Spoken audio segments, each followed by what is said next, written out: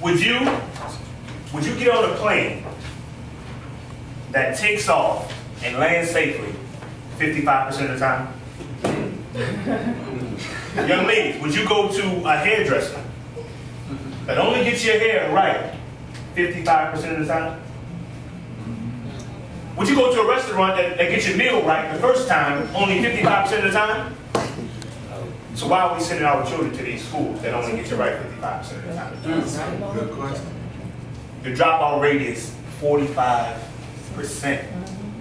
It's really higher than that. You know what I'm saying? It's really higher than that. And they say the smart ones, the intelligent ones, get out before they get too much indoctrination. If we are to be in a situation that we're in, something must be wrong with our values. Something must be wrong with our ideas about the way we should walk for our community. There was this woman, it was a very foggy night. Couldn't see very much in front of her.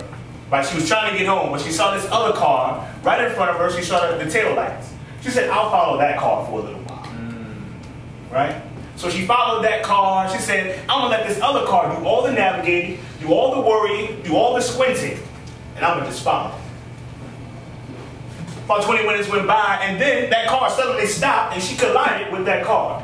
She was pissed. She got out of her car. She said, why didn't you signal before you stopped? He said, why should I? I'm in my garage.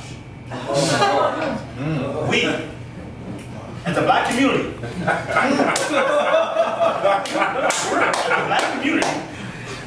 we blindly follow other people through the fog of this life. That's right. Right? Into their garage. Into where they want us to be. Right? Going by their values. Going by their way. These school systems are not for us. It's their way. It's their values. And their way is the way of death. Their way is the way of menticide. Am I right? Yes, sir. Their way is the way of individualism. Their way is the way of making our students Uncle Toms and Uncle Thomasines.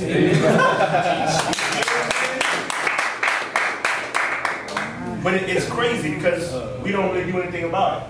You know, a lot of people, since I'm in education, we started our school last year, 2009, we had 2 students. Now we have 15 students. We're growing. But we need other folks like yourselves to support it. We need other folks who claim to be conscious to be there to help us do what we must do for our children. When people came up to me last year, it was a whole big to-do about the situation with Texas. Texas said they want to take slavery out of the textbooks. They want to do different things with their textbooks. And we need to be worried about that because Texas, well, people say we need to be worried about it because Texas is the largest buyer of textbooks, and what they say goes for the rest of the nation. That's right. So they said, Russell, what do you think about that? You think that's crazy? I said, you know what, I don't really think about it at all because I respect them. They are walking their way. That's right. That's right. They are going to their house. You know what I'm saying? They are going by their values. If you don't like it, build your own. That's right. No people going to teach our children to be subservient to them. It's not going to be an education for liberation, but an education for subordination. Right? Edmund Wilson said a long time ago, we are being educated to be educated servants of other people. The same as our enslaved ancestors. Everybody wasn't a field hand back then. Everybody, some people, a lot of the enslaved African people had skills. They were supervisors, right? You know what I'm saying? They did, valuable work for the master. But guess what? All the profits went to him. Same thing now. Still do. Same thing now. We want to give 95% of our effort to the white man, right? To their system, and only give 5% to our situation, and think it's ever going to get off the ground. It's just not going to happen. But since we understand that, right? We understand that. We understand our values. We understand our way. We're not doing it. We're not building what we need to build because we got some fees. We got some limits on our mind. I'm from New Orleans. My mom is from Mobile, Alabama. And I used to go down there in the summers. And I made a friend down there. Me and him, we would jump on trampolines and play basketball. Because it's actually Dawes, Alabama. All you have to do there is jump on trampolines and play basketball. That's it. There's Nothing else going on. But his grandfather had a farm. And he was walking on the farm with his grandfather, and they came face to face with an electric fence. You know what electric fence is to keep the cattle in, right? Shock them if they touch it. So they came face to face with the electric fence, and his grandfather looked around, grabbed the fence, steadied himself, and climbed over. Now the boy, he was, my friend, he was like, yo, I didn't understand that because I remember when I fell into that fence, I got shocked pretty bad. I'll never forget that. So once he got back home, it was early in the morning, it was still breakfast, because they say good things come to those who wait, but only what is left by those who get up early and hustle, right? So they were up early, and he said, Grandpa, why did you look around before you touched that fence? Matter of fact, why do you have an electric fence that's not powered? He said, well, young buck, you gotta understand this. I was looking around so that I can make sure the cattle wasn't watching me. Because you can never give them an idea of what they could do. And just because you have an electric fence doesn't mean it always has to be powered. Because once that cattle knows that there's a possibility they'll be shocked, they'll graze right up to that fence and move back. Come on now. What limits do we have? With chains that have been placed around us. Right? Good point. They say out of all the space that the European has conquered, right? Out of all the continents and space that it has conquered, there is none more important than the space between our ears. Conquered your mind, right? Conquered your mind. You go to the physical, you have no electricity to it. You still ain't trying to climb over. We're supposed to be free, right? So we're supposed to be thinking. We're supposed to be supposed to be educated folks, but we ain't doing nothing like we're supposed to do. And we understand that there's going to be some things on the other side of that fence. That's why we don't go, right? There's uncertainty on the other side of that fence. There's risk on the other side of that fence. But check out the turtle who only progresses when he sticks his neck out, right? There's going to be some hard work on the other side of that fence. But guess what's also on the side of that fence? Freedom. That's right.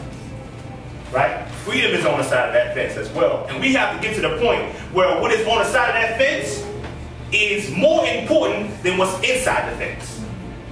We got to get to that point. But we don't have the imagination to see it, because if we had the imagination to see it, we would try to go forward.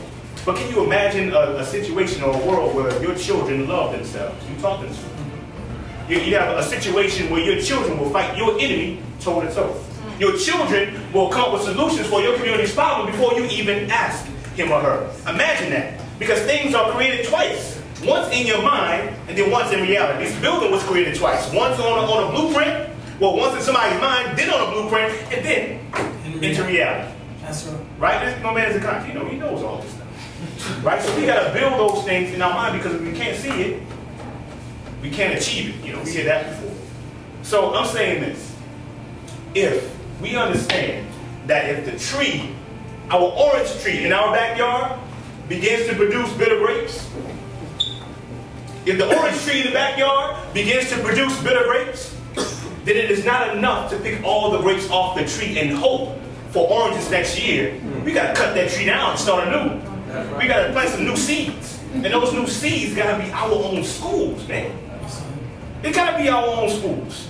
Because these people are teaching our children what they want them to know. There's no, you try to fight them and say, you're teach them this. No, they're teaching them what they want them to know so they can be what they want them to be. 45% dropout rate when you drop out. Before you drop out, it's already a class in the prison pipeline. Elementary, they started. 4th grade. If you ain't on grade level, they got a bed for you. They got a bed for you. So if you believe